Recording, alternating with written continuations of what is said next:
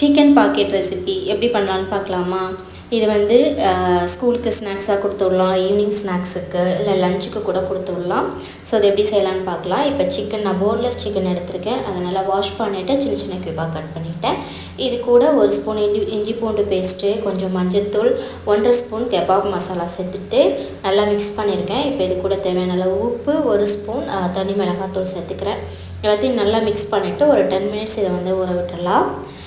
இந்த பக்கம் ஒரு கடாயில் கொஞ்சமாக ஆயில் விட்டுட்டு ஒரு பெரிய வெங்காயம் சின்ன சின்னதாக கட் பண்ணி வச்சுருக்கேன்.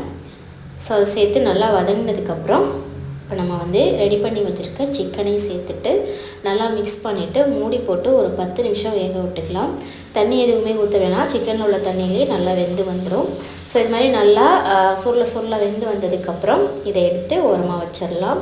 இப்போ வந்து நம்ம அந்த பாக்கெட் ரெடி பண்ணிடலாம். நான் வந்து சமோசா ஷீட் தான் எடுத்திருக்கேன். அதுக்கு இந்த ஷேப்பில் போட்டுட்டு நான் பெரிய ஷீட்டை 2ஆக கட் பண்ணி இந்த மாதிரி போட்டிருக்கேன். இப்போ நம்ம தேவையான சிக்கனை எடுத்து உள்ளே வச்சுட்டு இது கூட வந்துட்டு சீஸ் சேர்த்துக்கலாம். இது வந்து தேவையில்லைன்னா நீங்கள் ஸ்கிப் பண்ணிக்கலாம். நான் கிட்ஸ்க்கு கொடுக்க போகிறதுனால சீஸ் சேர்த்துக்கிறேன்.